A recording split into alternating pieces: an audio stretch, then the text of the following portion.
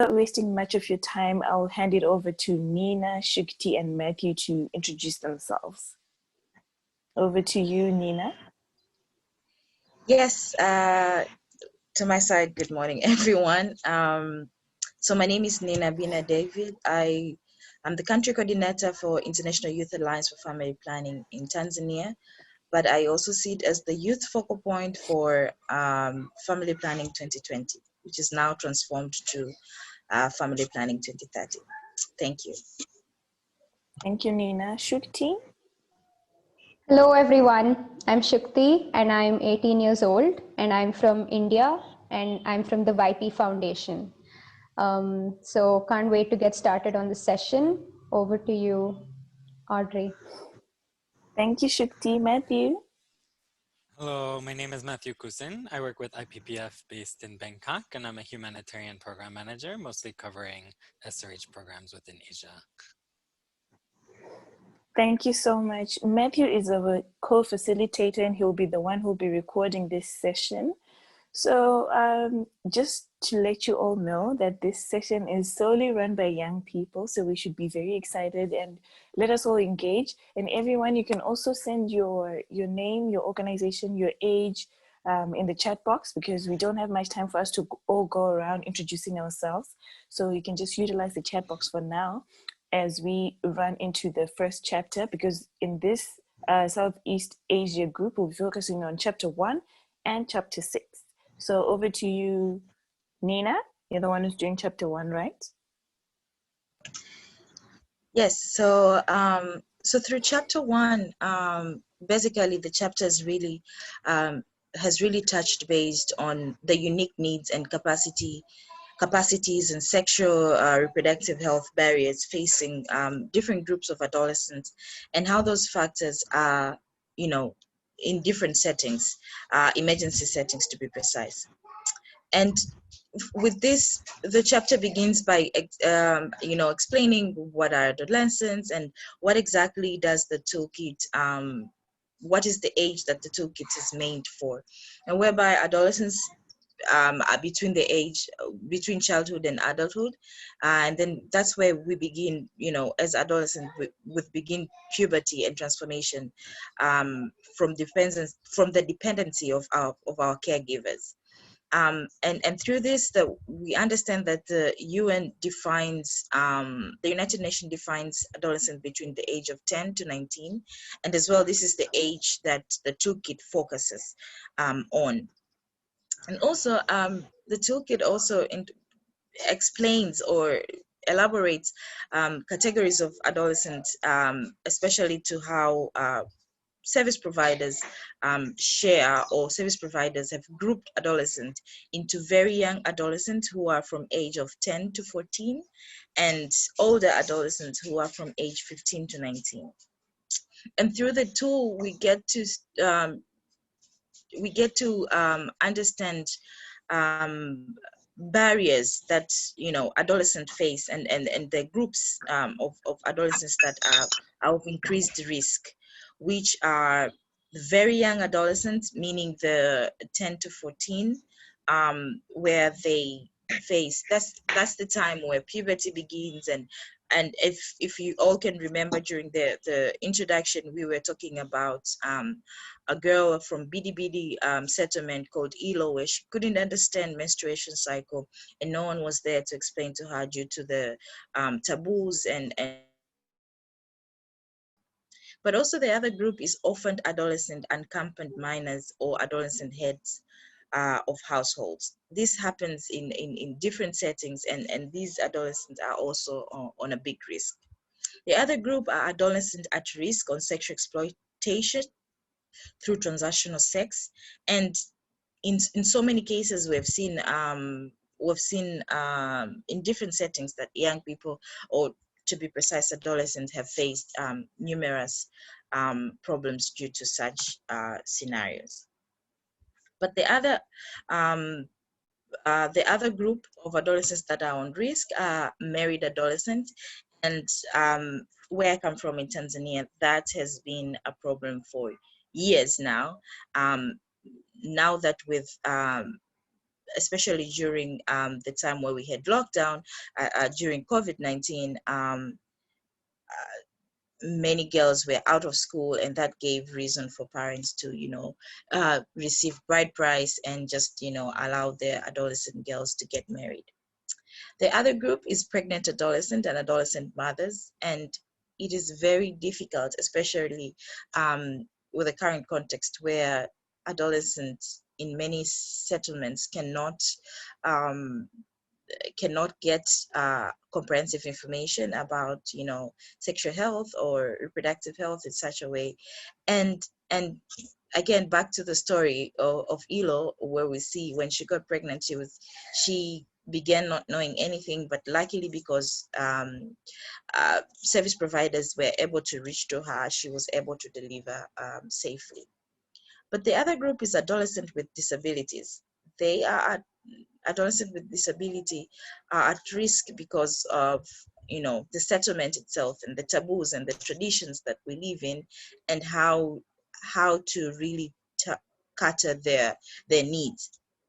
And another group is adolescent with diverse sexual orientation and gender identities, and this differs in different regions and different settings, but um, as well seeing that not every community get to accept different sexual orientations or gender identity, and then being adolescent itself then becomes a little bit difficult, and even getting service providers or a person to explain exactly what's going on into your body, that becomes a little bit difficult. But the last group is adolescents with diverse sexual reproductive health needs, and we differ. Some would want to understand more about the health issues, and some would want to know more about their bodies, and that will differ. So moving on, there are factors that help on the toolkit that help us to identify these barriers into different levels. And there are four levels mentioned, especially on the toolkit, and one of the level is called individual level, where this level shares or shows the center of the model that are adolescents. Which the model is called socio-ecological model, and what it really explains is the biological and personal attributes, attitudes, beliefs, experience while obtaining SRHR information and services within their families, their communities, and even the health system. But the other level is interpersonal level or relationship level, where adolescents have family members, partners, peers, and community members and other social network plays a role in adolescents in seeking sexual reproductive health information and services. So that's one. But the other one is community level, where adolescents live in a socialized in communities that are made up of schools and workplace and neighbors, and then they can get information through such places. But against the other one is structure level, where it refers to infrastructures and the systems surrounding adolescents that can really shape the way for adolescents to get information. Now that's enough with me, but I would also love to ask questions to our participants. Um, and please feel free to unmute yourself and answer, or you can just share your answer on the chat box. So how do you think your organization will use the guidance and the tool from this chapter?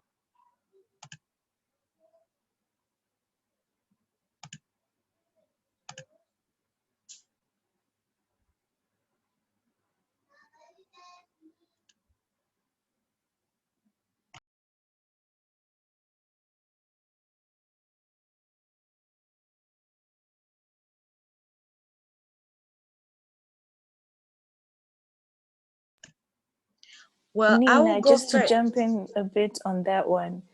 Yes. I just want to let everyone know that this is a safe space. Everyone is free to contribute whatever they feel like, even if they can't use it at an organizational level. Some may have come in their own capacity and not the organizational capacity. So you can just respond in that manner, either in the chat box, or you're free to unmute yourself or to raise your hand. Either will be just fine. Thank you, Nina.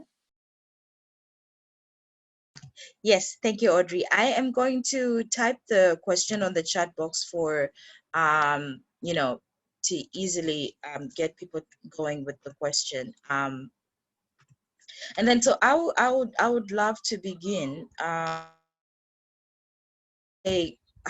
I think my organization would use. So I've just shared the question for everyone, but moving forward, I'm saying how my organization is going to use the toolkit, especially on chapter 1, is clearly letting letting our communities understand adolescents and their needs, and what really does it mean to be an adolescent, and what are the needs adolescents would face, especially in humanitarian settings. And as well, use it to inform policymakers and use it to inform community leaders, especially when it comes to community outreach. So welcome everyone to share. How do you think your organization will use the guidance and the tools from this chapter? So Dr. Rajesh says chapter 1 provides a good background information for advocacy and capacity building. Great, thank you. You're welcome. From my end, Nina, I would say Yes. that looking at the socio-ecological model, I think it was very comprehensive in looking at all of the aspects that either contribute to the low uptake or the positive uptake of sexual and reproductive health services by adolescents. So I think it will also help inform the programming that we do at organizational level or at community level. Taking, for example, if you look at the interpersonal level, the relationships, we can even help to foster parent-to-child communication. And if we look at community level, that is the schools where the adolescents attend to, we can help to have comprehensive sexuality education as well in schools. So yeah, I think it's a very useful toolkit that will help in programming. Over to you, Nina. Thank you, Audrey. Anyone else would like to share how do they think the organization would use the guidance and tools from this chapter? Not necessarily the organization at large, but you as a service provider, as a champion for SRHR or adults and sexual reproductive health. You would love to hear from you, or if you can as well chat. But moving forward, I would also like to ask another question. How can you adapt your programming to address the unique needs of adolescents? So, to you, everyone, how can you adapt your programming to address the unique needs of adolescents? You're welcome. We also have Sarah from the first question, which was, how do you think your organization will use guidance and tools from this chapter? Sarah says, since sexual reproductive health and rights issues affecting adolescents and youth in Asia, my organization would be able to work on the rights and versus to improve adolescents' comprehensive sexuality education and make sure we'll help in need. Thank you, Sarah. So back to you, everyone. How can you adapt your programming to address the unique needs of adolescents? So I'll begin. 2 days ago, I attended a training of how to make our programs or projects inclusive, and how to include everybody as young people and adolescents.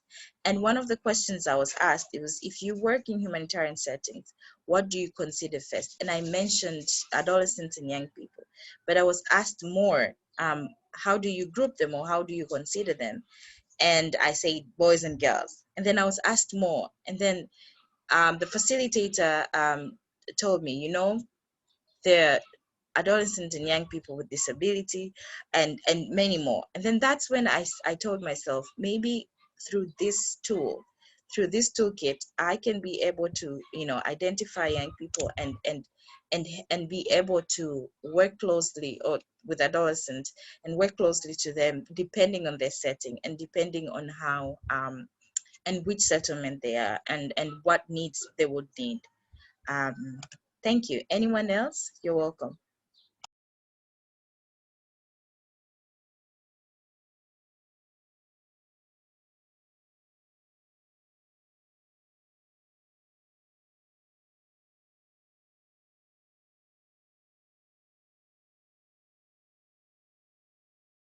We will leave the chat box flowing for everyone who would want to answer. I have posted the 2 questions, but now I will welcome Shukti for presentation for chapter 6. Thank you.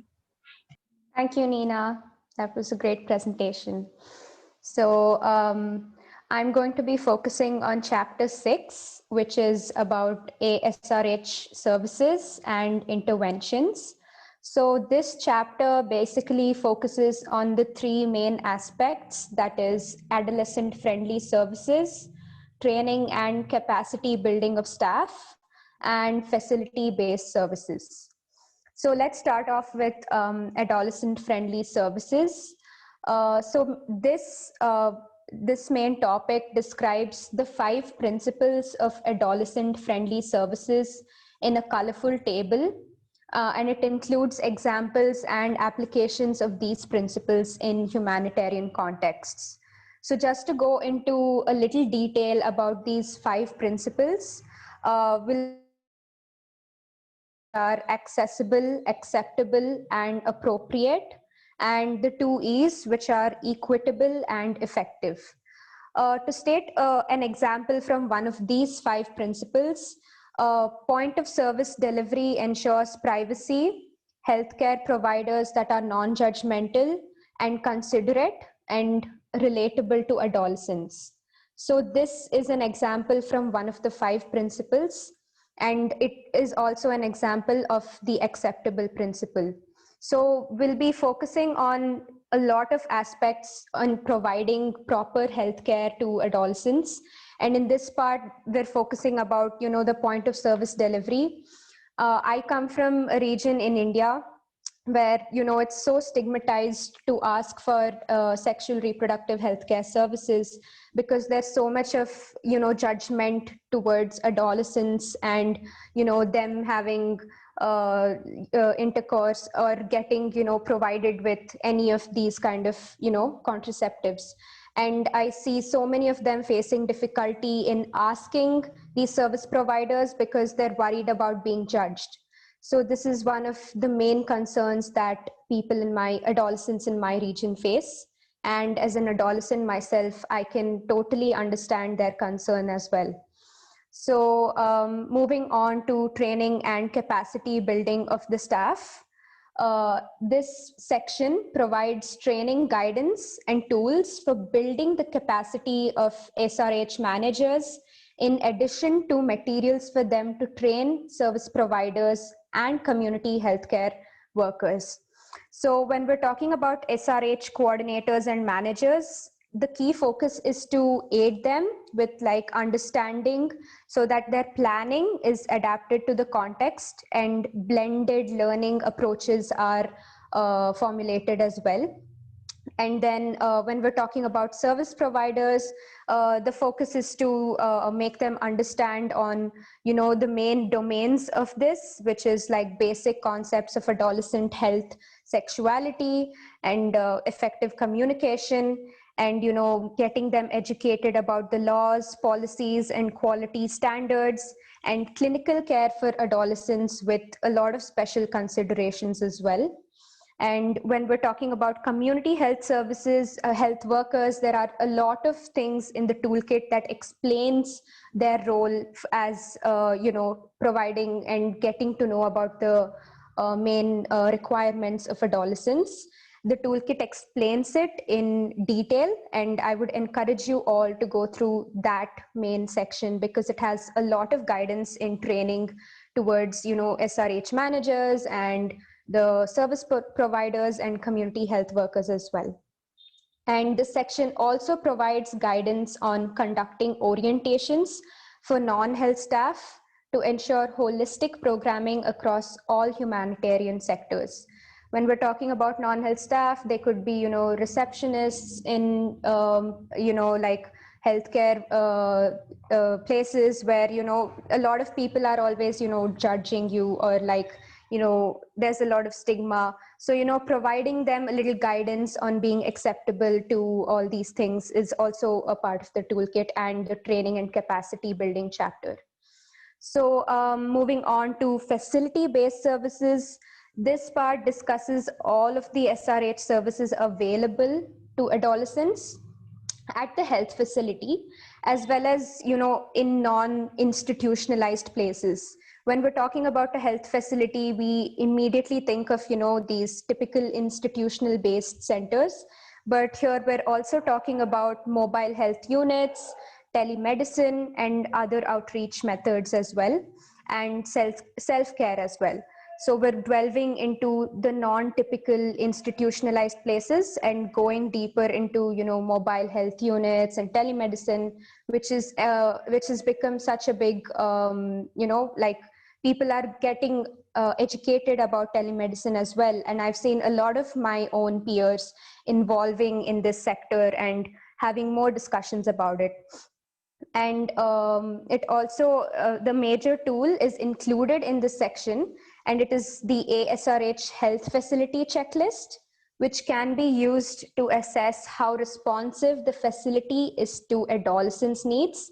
And it also can be used for monitoring quality of the SRH services and information provided to adolescents. So mainly it also has, features of making facilities appealing to adolescents so that it's somewhat relevant to their age group and they're able to, understand it in an easier way. And monitoring and quality assessment of facility-based services as well, like, for example, needs and tools. And there's also, involving adolescents in the operations and assessment of services, because this is mainly for adolescents. So their involvement and the assessment of all these services is very important. And it also focuses on counseling services, principles of adolescent-friendly counseling, and tools. So let's just move on. I hope all of you could understand a little bit of this chapter. And I think we can move on to some questions based on this chapter. So the first question I would like to ask all of you from this panel is, from your experience, what are some of the challenges that adolescents face in accessing SRH services? Can be from your region, and how you have personally felt, adolescents from your region have had, what kind of difficulties they've been facing in accessing SRH services. Even after the COVID-19 has impacted us, there's been so many difficulties for adolescents to access, safe and stigma-free services as well. So in my region, personally, the stigma has become even more, and they're not able to go out, and due to the lockdown, a lot of people weren't able to access these basic SRH services, and people from different backgrounds have had a lot of different difficulties in accessing it as well. So I would encourage you all to go ahead and tell me more about how it has affected you in your region. And I would also type the question in the chat box.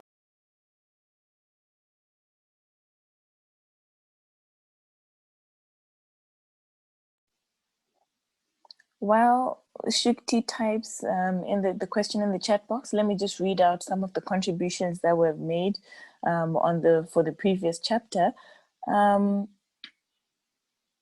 Someone said, we will ensure meaningful youth engagement from assessment, designing, implementation, and designing.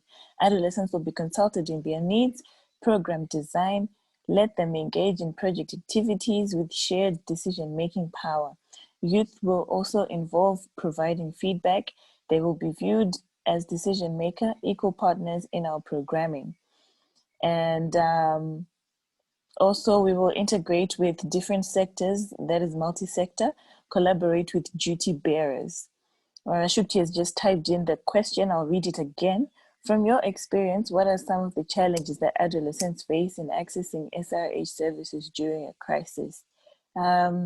As we wait for people to input their contributions in the chat box or to unmute themselves, I'll just share my experience. I'm from Zimbabwe, Africa.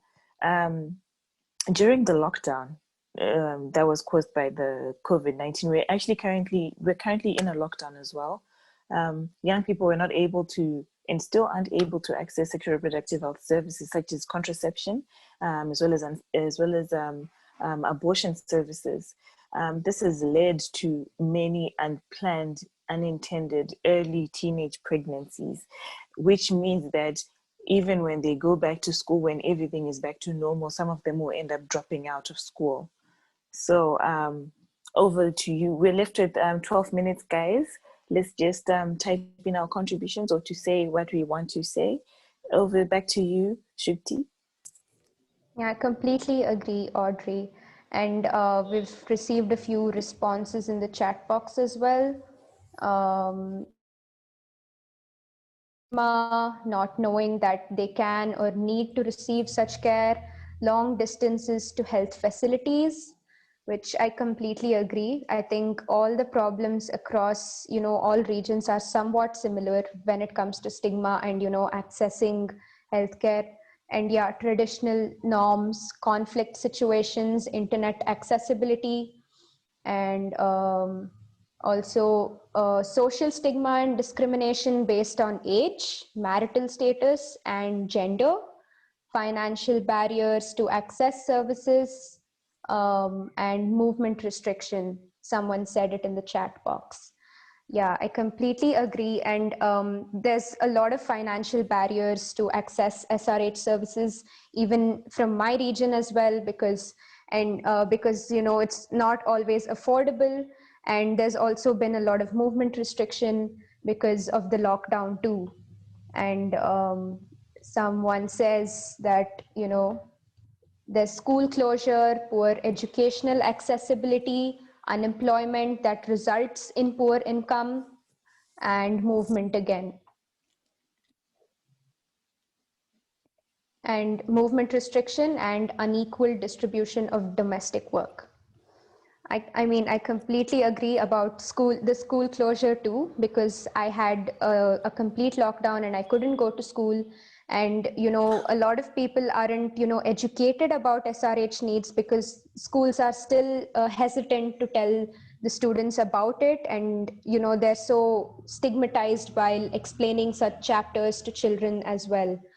And so there's no friendly services in their places, and health system is overloaded with the COVID-19 response and poor priority. I think you can keep the responses going in the chat box, but due to time constraint, I would move on to the next question. So the next question is, how is this toolkit applicable to the COVID-19 context, especially when many mobility is restricted? I'll type the question again in the chat box.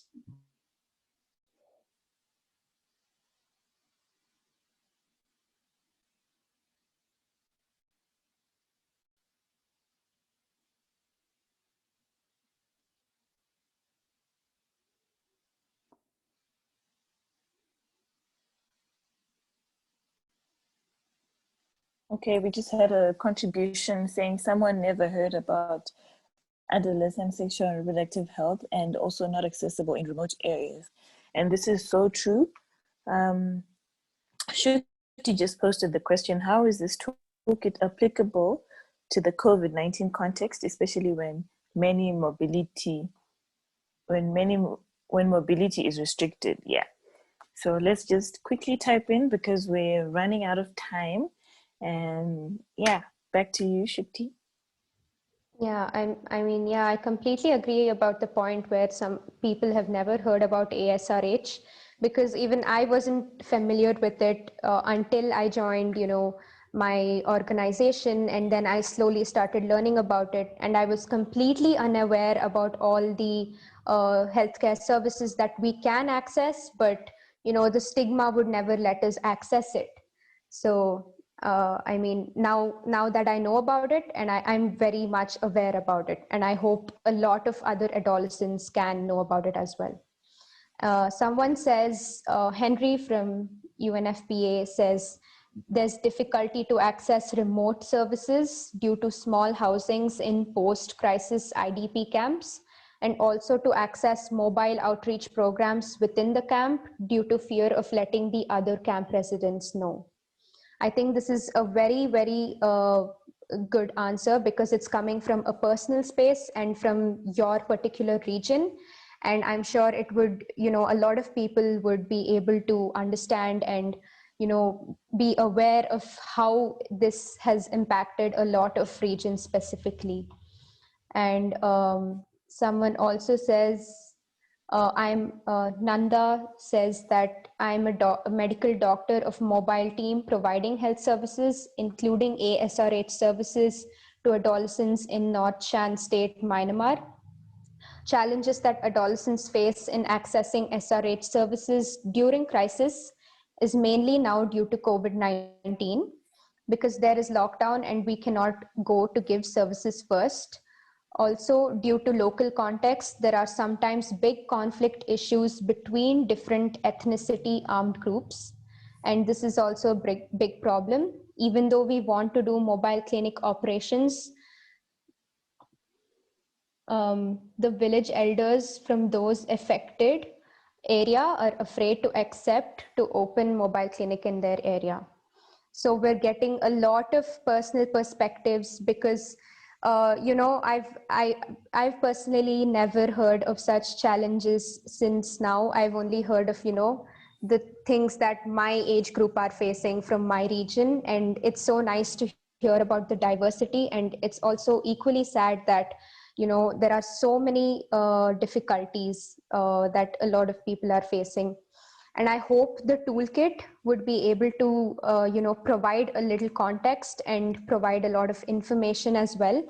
And it would be of great help in all regions, and you can access it easily. I think a lot of people should be posting in their answers. Audrey, how much time do we have? Matthew can assist us on that one, please. All right.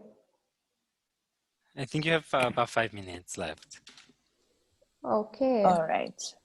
I think can wait for 2 more minutes or a minute more if anyone else wants to add in, some of their personal experiences or something relevant to their context and, how this toolkit can help them.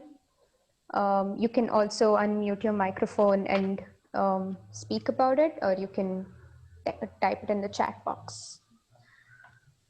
It's been great listening to so many perspectives and understanding it from a regional level and from a diversity of age groups. And I hope a lot of people could take away a lot of new things today. So I think that's it for me. Over to you, Audrey. Thank you. Thank you so much, Shukti, for that wonderful presentation. I just want to take this time to thank everyone who joined us in this group. Yes, we were remaining with 5 minutes in the breakout room. So as I was saying, I just want to thank everyone who took their time to join this breakout room. It was very interactive, even though we didn't manage to hear most of your voices, but we really appreciate the contributions that you put through in the chat box.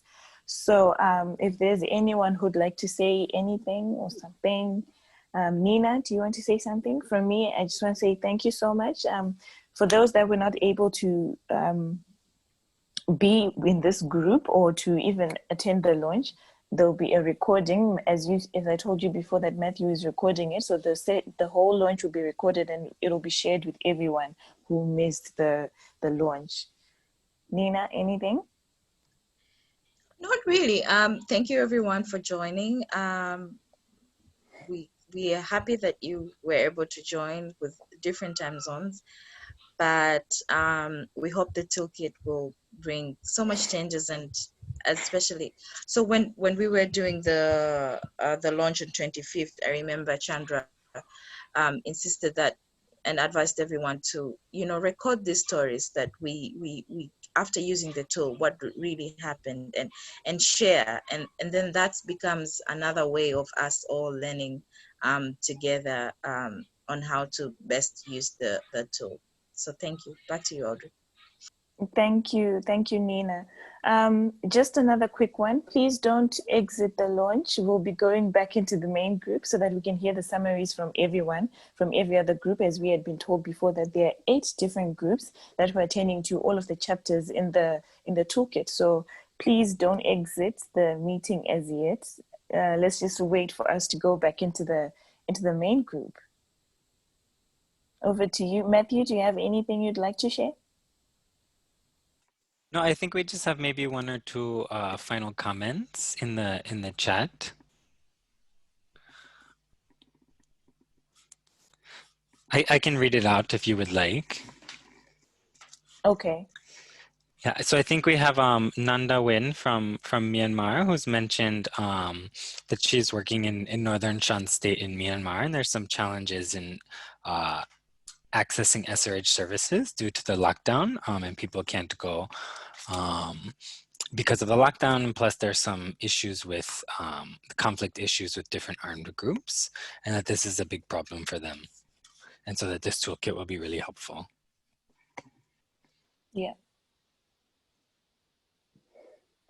Thank you so much for that.